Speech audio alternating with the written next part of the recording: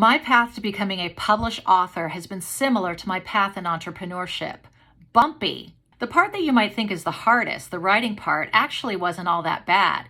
It wasn't until I tried to sell the book that I felt like I was hitting my head against the wall. Selling a nonfiction book to a major publisher when you're an unknown is nearly impossible. While some publishers actually got back to me and said that my story was interesting, they all said that I didn't have enough of a platform for them to buy my book. This is why nonfiction bestseller lists are filled with celebrity authors. So I set out last summer to build a platform, and I've done pretty well with it. In fact, I probably could go back to these publishers and sell my book at this point.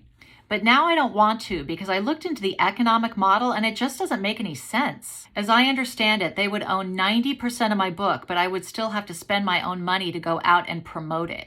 Now that might make sense if I could not afford to hire a hybrid publishing company, but I can, so that's what I did. Hybrid publishers are people who have a lot of publishing experience, but they left traditional publishing so they can work with people like me. So now when my book comes out, I'm going to own 100% of it.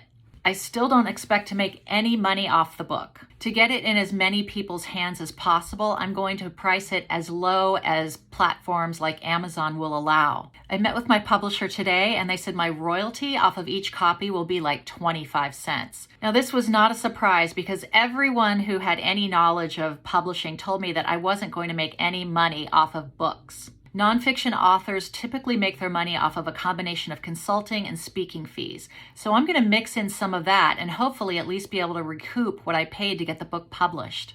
After starting 3 companies, I've learned that you should avoid giving up any ownership of anything you create if you can avoid it. So when my book launches next month, I'll own all of it. And its success or failure will be 100% on these shoulders. And I'm good with that because you can never go wrong betting on yourself. Follow me for more content like this.